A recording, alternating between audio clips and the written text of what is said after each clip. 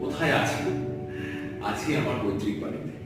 যাই হোক, সেই বিষয়ে পরে কথা বলছি। সবার আগে বলুন, the horror from the Mount কারা কারা শুনলেন? যদি এখনো না শুনে থাকেন তাহলে এক্ষুনি শুনে ফেলুন। বড় সড়ো একটা ভয়ের গল্প কিন্তু মিস করতে চলেছে। অফকোর্স ইফ ইউ লাভ ভয়। আচ্ছা, তার আগে দেখি আমার 22 বছর বয়সের একটা ছবি, যদিও তখন আমায় কাকু কাকু দেখতে লাগতো। Now I look younger.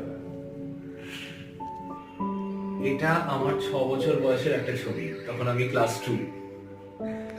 আর এটা হলো যখন আমি ক্লাস 9-এ পড়ি, দি অ্যাডোলেসেন্ট। সেই সময় একটা ছবি এটা। ওই সবে গোফের দেখা উঠছে সেই সময়। সময় বয়ে গেছে, সবকিছু বদলে গেছে, কিন্তু একটা জিনিস যেটা বদলাবে না সেটা হলো ভেলভ টেন্স, এবং ভেলভ টেন্সের সঙ্গে আপনাদের ভালোবাসা।